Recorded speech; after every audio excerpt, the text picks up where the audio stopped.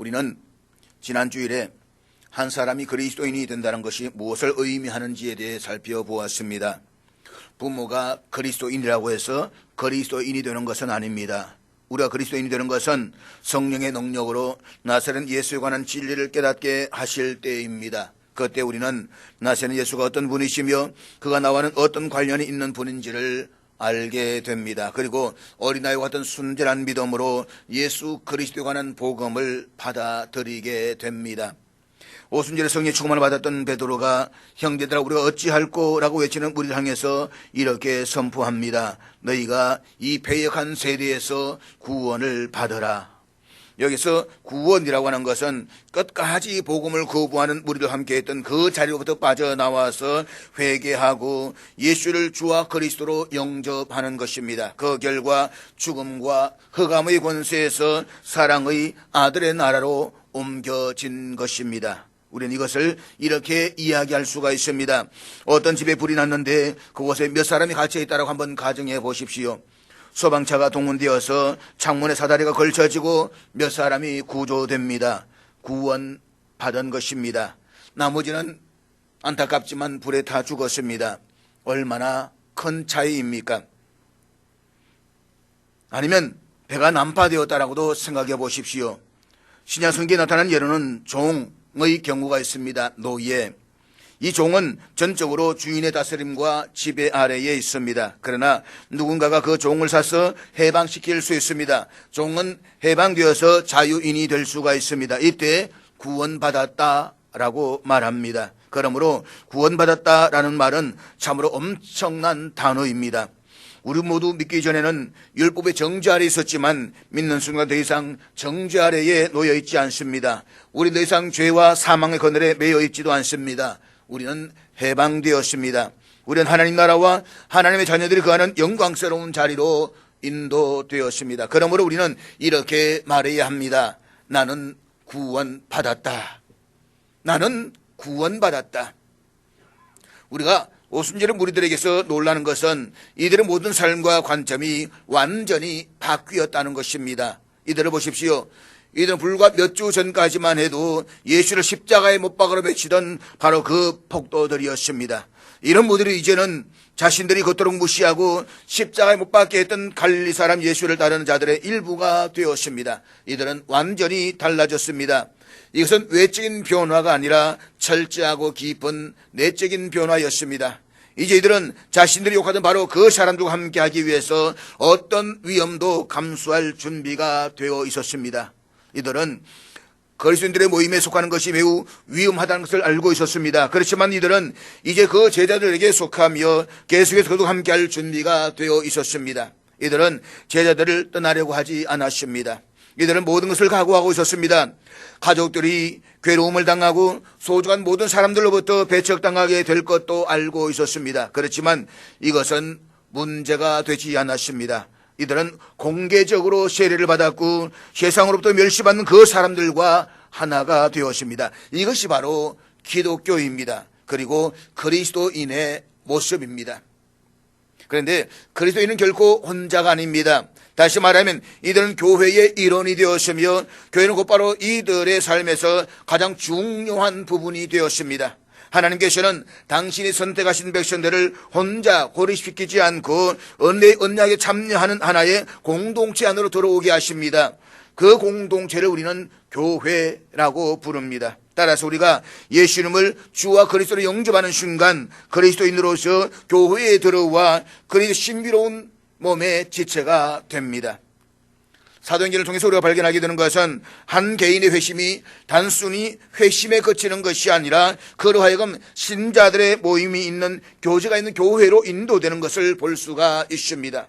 그러므로 그리스도인들의 삶에서 교회는 참으로 중요한 의미를 갖습니다. 그리스도인들은 교회 안에서 교회와 함께 평생을 살아갑니다. 한마디로 교회를 떠나서는 생각할 수 없는 사람들이 바로 그리스도인들인 것입니다. 그래서 어거스틴과 종교개혁자 칼빈을 비롯한 많은 사람들은 교회를 가리켜서 어머니라고 말했습니다. 어머니.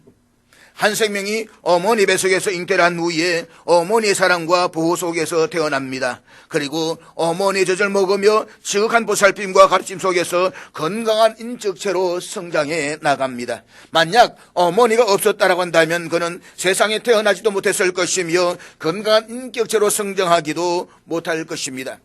마찬가지로 연약한 우리는 교회를 통해서 신앙을 갖게 되고 일평생 교회로부터 양육과 가르침을 받으면서 살아갑니다. 만약 그가 교회로부터 떠나 있다라고 한다면 그는 건강한 신앙인으로 성장하지도 못할 뿐만 아니라 구원을 받을 수도 없습니다. 교회가 이만큼 중요합니다. 그런데 안타깝게도 오늘 많은 그리스도인들은 교회로부터 이런저런 아픈 기억들을 가지고 있습니다. 심지어 어떤 사람들은 교회로부터 깊은 상처를 입고 교회를 떠나가기도 합니다.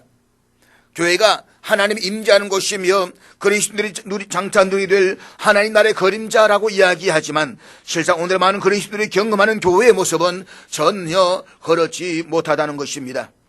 어느 그래 보니까 어떤 목사님은 자기가 어렸을 때 경험했던 교회가 어른들이 늘 싸우는 곳이라는 생각만 했다라고 했습니다. 솔직히 그 교회가 늘 싸우기만 했겠습니까? 그렇지만 이것이 오늘 한국 교회의 부끄러운 모습인 것은 부인하기가 어렵지 않겠습니까? 그런데 오늘 본문에 소개되고 있는 예루살렘 교회의 모습을 한번 보십시오. 오늘 우리 시대의 교회 건물과 비교하면 외형적으로는 정말 보잘것없는 교회입니다. 예배당 건물이 없습니다. 훌륭한 교회 조직이나 프로그램도 없습니다. 더구나 그들은 예수를 믿는다는 것 때문에 죽음을 각오해야만 하는 그런 처지에서 신앙생활을 했습니다. 겉으로 보면 부러울 것이 하나도 없는 교회입니다. 그런데 본문을 읽어보면 그렇게 부러울 수가 없는 교회입니다. 본문의 예루살렘 교회는 모든 시대에 모든 교회가 꿈꾸며 부러워하는 교회입니다. 저도 이 교회가 너무너무 부럽습니다. 그렇다면 예루살렘 교회는 어떤 교회입니까? 이 질문은 교회는 무엇을 위한 것이며 무엇을 해야 하고 또 무엇을 주어야 하는지에 대한 대답이라고 말할 수가 있습니다. 오늘 많은 교회들은 교회 성장을 위해서 각종 취미 활동을 비롯해서 다양한 프로그램들을 진행합니다. 그런데 예루살렘 교회는 그런 것들이 없었습니다. 사실 그리스도인들이 교회에 나오는 것은 취미 활동이나 교양 강좌를 듣기 위해서가 아닙니다. 교회 역사를 보게 되면 참된 부흥이 일어날 때 이런 것들이 가장 먼저 사라졌습니다. 복음 앞에 섰을 때 사람들은 이런 것들에 대한 관심을 다 잃어버렸습니다. 그것이 오늘 본문에 소개되고 있는 예루살렘 교회의 모습이었습니다. 오늘 본문은 예루살렘 교회의 모습을 이렇게 증언하고 있는데 본문 42절을 우리 다 같이 읽도록 하겠습니다. 그들이 사도의 가르침을 받아 서로 교제하고 떡을 떼며 오로지 기도하기를 힘쓰니라. 한마디로 순전히 영적인 활동만 있는 교회였습니다. 이것이 모든 시대 교회들을 위한 모범이라고 말할 수가 있습니다. 그러면 예루살렘 교회는 어떤 교회였을까요? 첫째는 사도들의 가르침이 있는 교회였습니다. 누가가 예루살렘 교회 안에 성령 임재하신 증거로 제일 먼저 언급하고 있는 것은 그들이 사도들의 가르침에 받는 일에 힘썼다는 것입니다. 본문에서 힘썼다라는 말에서 그들이 사도들의 가르침을 얼마나 진심으로 원했는가를 확인할 수가 있습니다. 그렇다면 사랑하는 여러분, 먼저 본문을 살펴보기 전에 우리 자신에게 간단한 질문을 드려보겠습니다. 우리는 사도들의 가르침을 얼마나 갈망하십니까? 예루살렘 교회 교인들이 사도들의 가르침에 힘썼다라고 하는 것은 이 누가의 증거는 우리들 엄청나게 중요한 것을 말해주고 있습니다. 그것은 기독교는 단순히 체험에 불과한 것이 아니라는 사실입니다. 사실 이들은 그리스도인이 될 때까지 지금까지 경험하지 못했던 가장 심오한 변화를 경험했습니다. 이것은 참으로 놀라운 체험이었습니다. 어쩌면 이들은 교회사에 나타났던 반지성적인 사람들처럼 신비한 체험을 강조하고 그것으로 신앙의 우월함을 자랑하고 싶었을는지도 모르겠습니다. 그렇지만 누가는 이들이 사도들의 가르침을 받기에 힘썼다라고 했습니다. 사랑하는 여러분, 기독교는 분명히 체험의 종교입니다. 사도들이나 바울을 비롯한 많은 믿음의 사람들은 그들 나름의 체험이 다 있었습니다. 제게도 신앙의 체험이 있습니다. 기독교는 하나님이 허락하신 분명한 신앙적 체험들을 바탕으로 하고 있습니다. 그러나 기독교는 체험에 불과한 종교는 아니라는 것입니다. 이 사실 세상에는 사람들에게 체험을 줄 수 있는 많은 수단들이 있습니다. 그리고 사탄도 사람들에게 신비한 체험을 줄 수가 있습니다. 그렇기 때문에 우리는 그리스도인으로서 일하는 감정적인 경험이나 그와 비슷한 것들로 인해서 생기는 변화를 구별할 줄 알아야만 합니다. 즉 영적 분별력이 있어야 한다는 것입니다. 그렇지 않으면 우리는 개인적으로나 교회적으로 엄청난 위기에 직면할 수가 있습니다.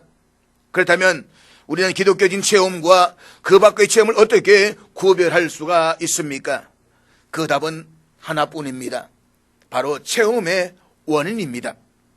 그리스도인들은 예수 그리스도 안에서 예수 그리스도로 말미암은 체험이어야만 합니다. 그리고 그 그리스도 안에서 체험한 그리스도인들은 교회의 가르침과 질서를 중요하게 받아들이게 됩니다.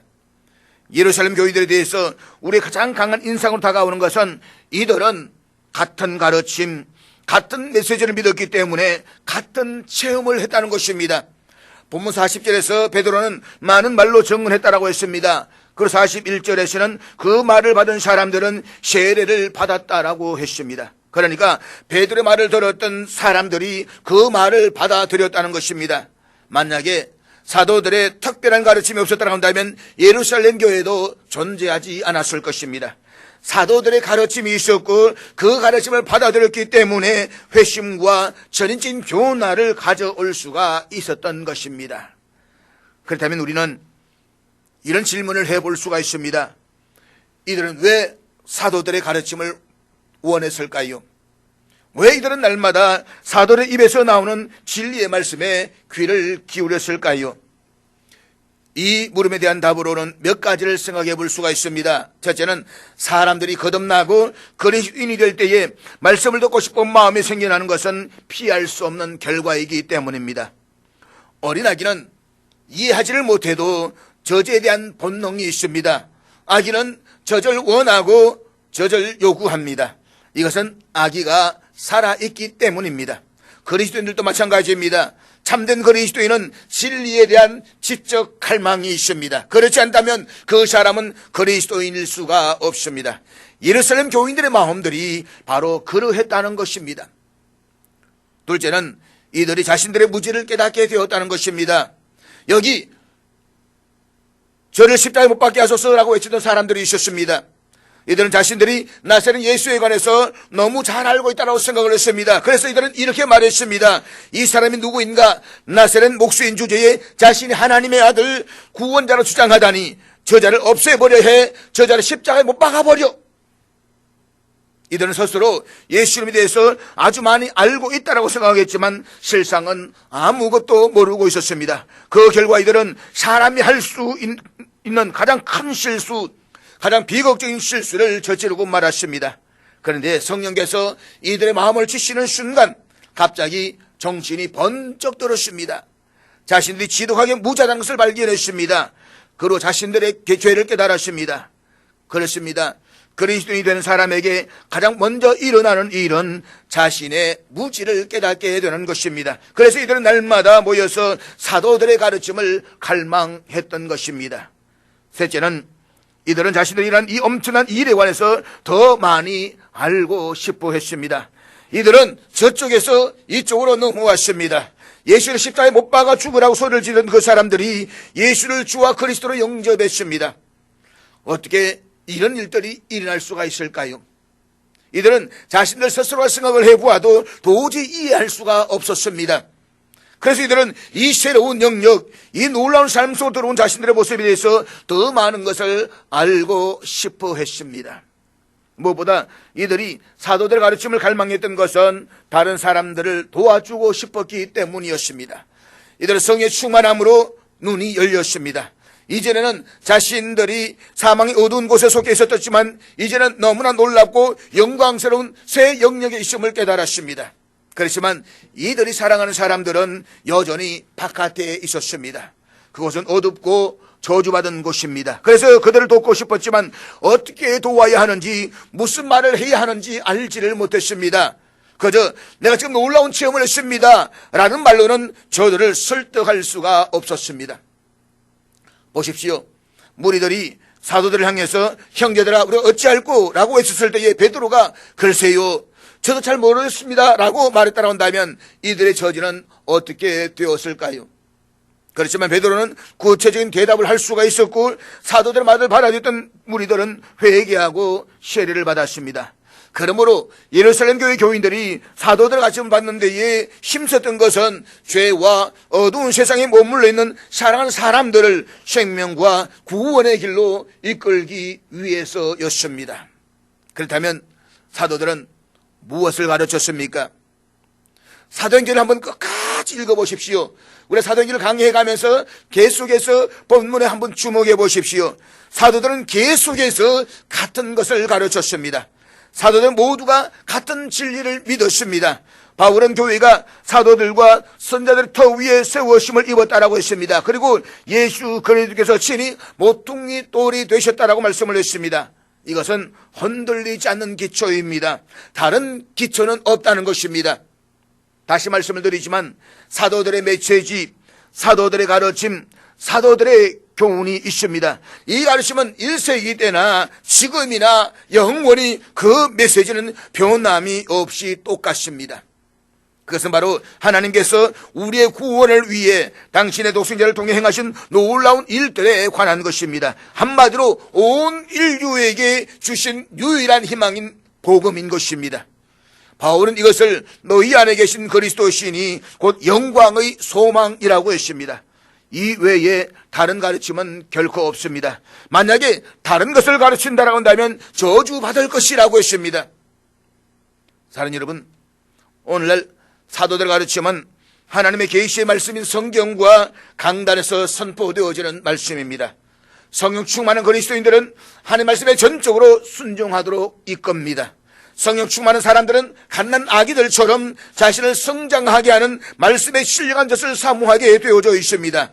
그러므로 우리는 교회에서의 가르침을 갈망해야만 합니다. 이런 열망이 없다라고 한다면 그는 살았다라고 말하지만 실상은 죽은 사람인 것입니다. 예루살렘 교회는 어떤 교회였을까요? 둘째는 사랑이 넘치는 교회였습니다. 본문 41 다시 한번 보도록 하겠습니다. 그들이 사도의 가르침을 받아 서로 교제하고 떡을 떼며 오로지 기도하기를 힘쓰니라.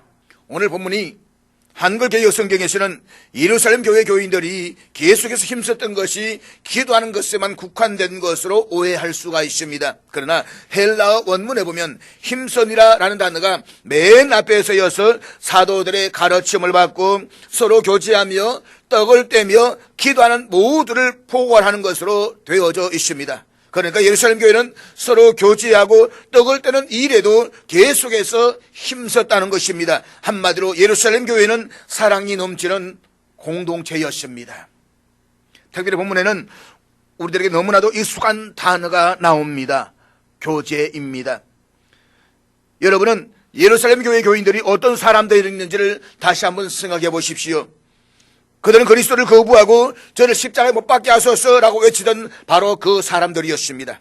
그러나 베드로의 설교를 듣고 그들은 곧바로 자신들의 죄를 깨닫고 회개했으며 교회에 더해졌습니다. 그리고 그들은 사도들의 가르침을 받고 서로 교제하기 위해서 날마다 모였습니다. 사랑하는 여러분, 본문에서 예루살렘 교회가 했던 것을 누가가 정언하고 있는 이 순서에 한번 주목해 보십시오. 먼저 사도들의 가르침이 있었습니다. 그리고 이어서 성도들의 교제가 제시되고 있습니다. 그러니까 오순절 강림 후 교회 들어온 교인들은 사도들의 가르침에 따라 같은 신앙 안에서 서로 영적인 교제를 나누었다는 것입니다. 나아가서 그들은 물질적으로도 서로를 도왔습니다. 이것은 신약 성경 전체에서 강조되는 교회의 중요한 모습입니다. 그렇다면 교제란 무엇입니까? 우리가 먼저 기억해야 될 것은 연합과 제휴는 전혀 다르다는 것입니다.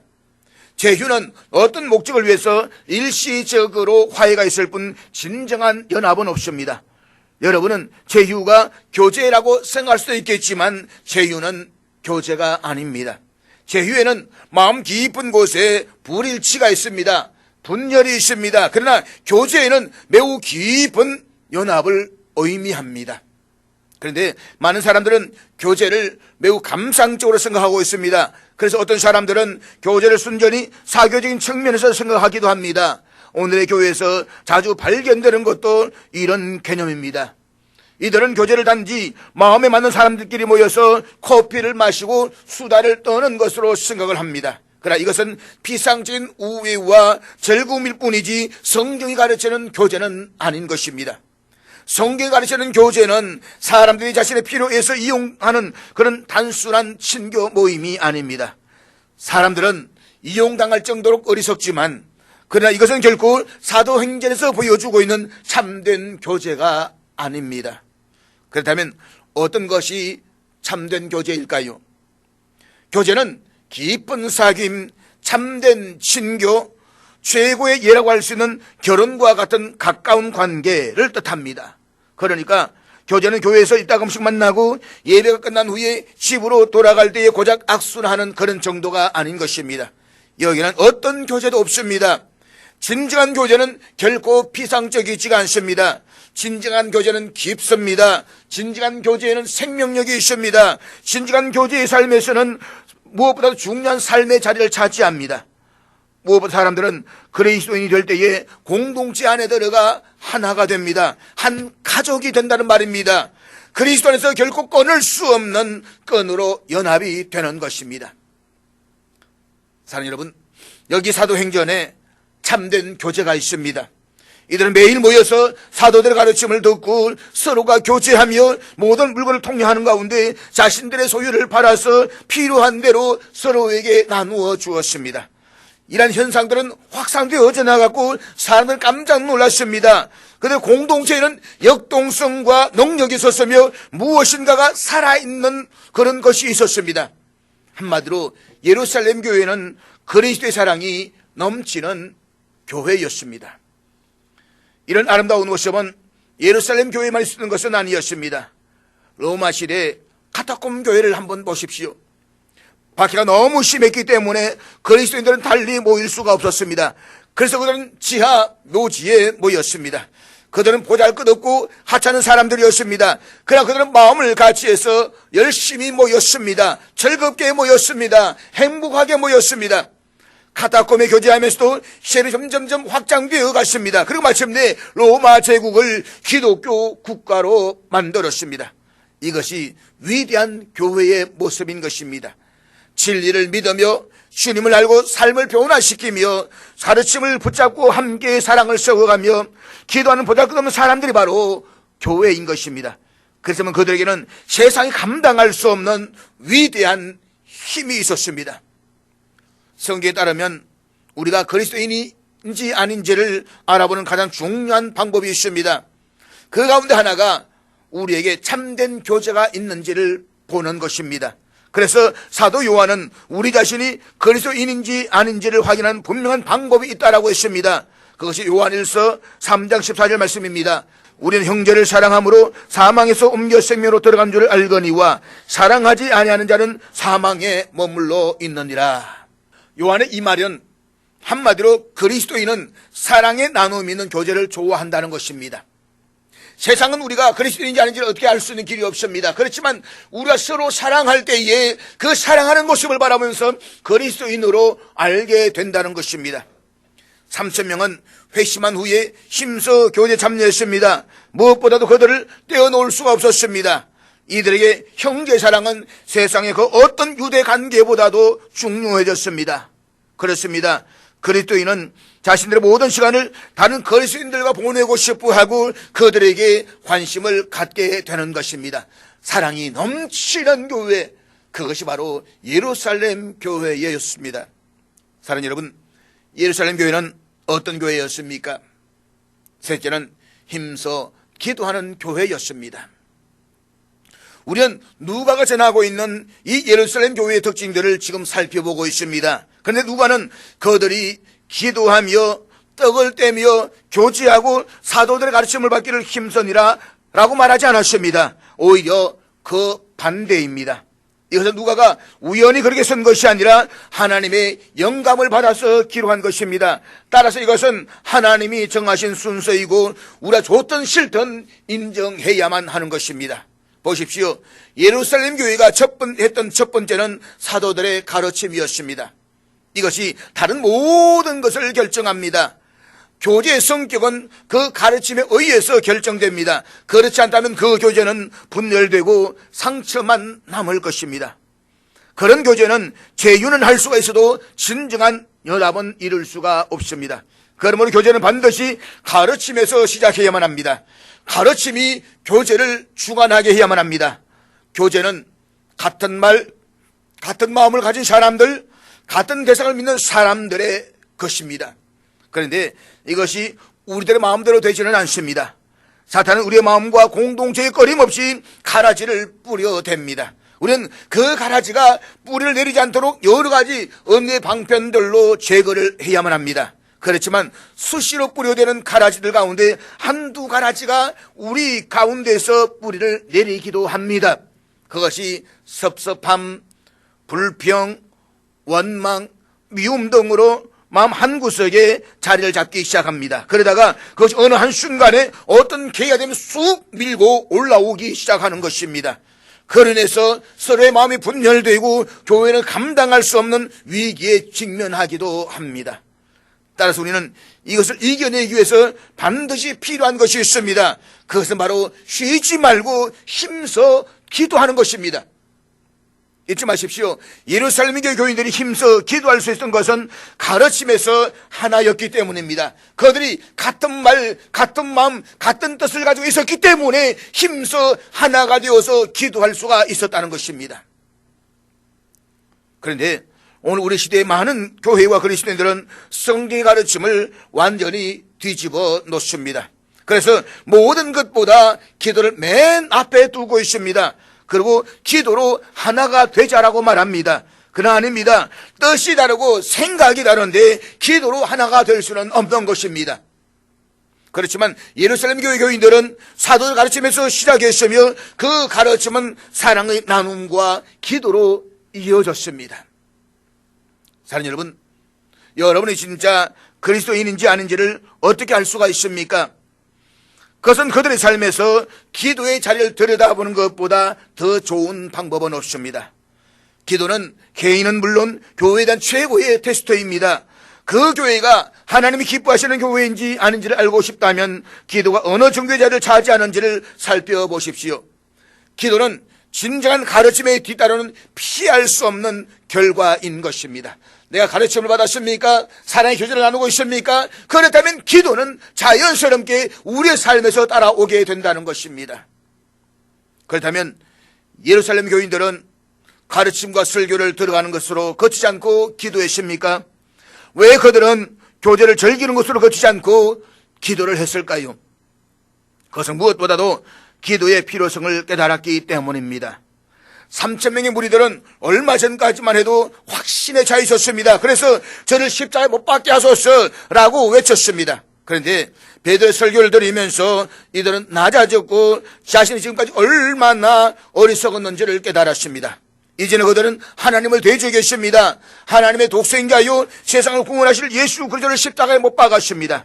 그러나 그들이 성령에 의해서 마음에 찔렸을 때에 겸손해졌습니다. 따라서 그들은 자신들에게 하나님의 긍휼하심과 용서와 죄시섬이 절실하게 필요하다는 것을 깨닫게 되었습니다. 그 결과 그들은 날마다 기도에 힘썼다는 것입니다. 무엇보다 그들은 영적 교만에 빠지지 않기 위해서 힘써 기도했습니다. 보십시오. 그들은 거룩한 체험을 했습니다. 쉽게 체험할 수 없는 영적 체험을 했습니다. 성령의 충만함을 받았습니다. 또한 예수님의 직계 제자들로부터 직접 가르침을 받았습니다. 그렇기 때문에 그들은 영적 체험과 직접 우월감에 취해서 교만에 빠질 위험성을 가지고 있었습니다. 그래서 그들은 자신들의 교만하지 않고 겸손하기 위해서 힘써 기도했던 것입니다. 사랑하는 여러분, 겸손은 모든 그리스도인들이 취해야 할 가장 어떤가는 자세입니다. 첫째도 겸손이요, 둘째도 겸손이요, 셋째도 겸손인 것입니다. 겸손하지 않는다면 그 누구도 그리스도인이 될 수가 없습니다. 자신이 괜찮다고 생각하는 사람은 기도하지 않습니다. 자신만만한 사람들, 겸손과는 거리가 먼 사람들은 누구의 도움도 필요하지 않습니다. 그렇기 때문에 그들은 결코 기도하지 않습니다. 그렇지만 성령 안에서 거듭날 때 자신들의 무지를 깨닫고 겸손하게 될 때에 그는 기도하기 시작합니다. 예루살렘 교회 교인들이 기도했던 또 다른 이유는 자신들에게 도움과 능력이 필요한 것을 절실히 깨달았기 때문입니다. 그들은 돕는 은혜를 얻기 위해서 기도했습니다. 사실 그들에게 때를 따라 돕는 은혜가 필요했습니다.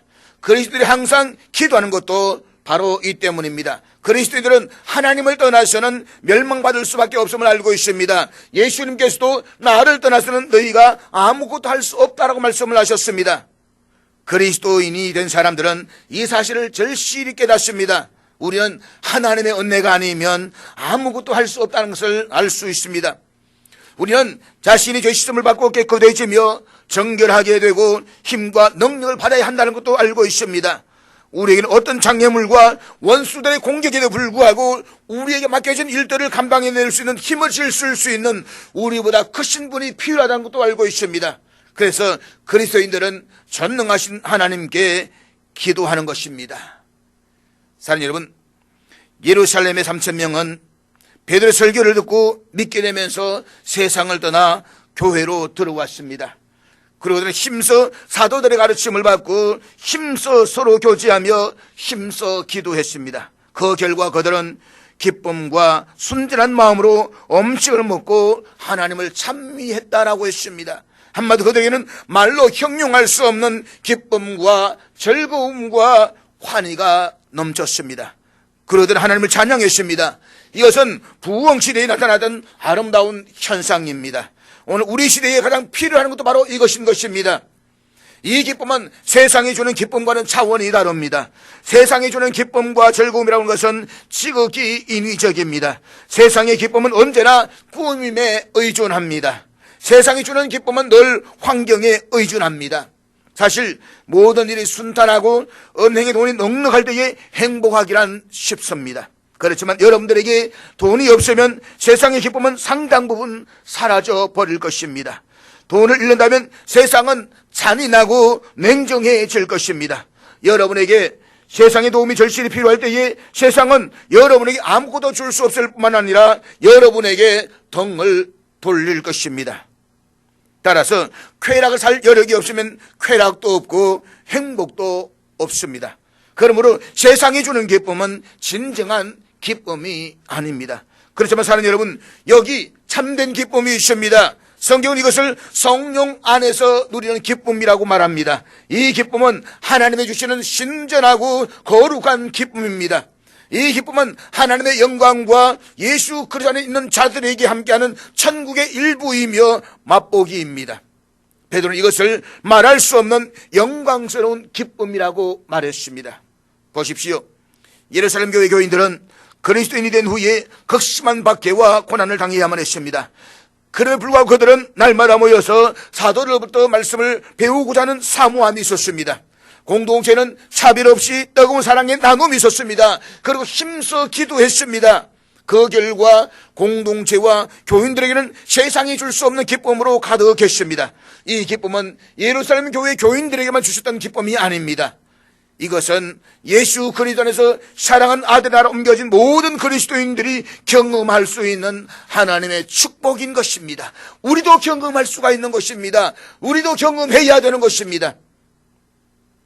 사랑하는 여러분, 하나님께서 예루살렘 교회 모습을 기록하게 하신 이유가 무엇일까요? 그저 역사에서 이런 교회가 있었다는 것을 알리게 하고자 기록하게 하셨을까요? 그런 것은 아닐 것입니다. 하나님 지금도 우리 가운데서 이런 교회를 보고 싶어 하십니다. 그리고 우리도 얼마든지 이런 교회가 될 수 있다는 것을 말씀하고 계십니다.